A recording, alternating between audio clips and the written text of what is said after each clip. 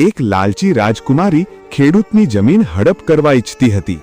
તે ચાલાકીથી પ્રસાદના નામે ભોજન આપે છે અને તેમાં ઝેર ભેળવી દે છે। ભોળો ખેડૂત અને તેની પત્ની તે ખાઈ લે છે અને થોડી જ વારમાં બેહોશ થઈ જાય છે। રાજકુમારી સૈનિકોને આદેશ આપે છે કે બંનેને સમુદ્રમાં ફેંકી દો। સૈનિકો તેમને તૂટેલી નાની નાવમાં બેસાડી ઊંડા સમુદ્રમાં ધકેલી દે છે। ચારે તરફ કાળું પાણી, ઊંચી લહેરો અને નીચે ભૂખી શાર્ક ફરતી હોય છે। આ બધું જોઈ એક દયાળુ ગાય રડી પડે છે અને સમુદ્રમાં કૂદી જાય છે। તેને એક દિવ્ય પ્રકાશ દેખાય છે અને તે ભગવાન શ્રીકૃષ્ણ સુધી પહોંચે છે। ગાય ભક્તિથી જાપ કરે છે। શ્રીકૃષ્ણ પ્રસન્ન થઈ બાંસડી વગાડે છે। મધુર ધૂનથી શાર્ક દૂર ભાગી જાય છે। ખેડૂત અને તેની પત્નીને હોશ આવે છે અને લહેરો તેમને કિનારે પહોંચાડી દે છે। બંને ભગવાનનો આભાર માને છે। ફિર લાઈક સબસ્ક્રાઇબ કરી દેજો।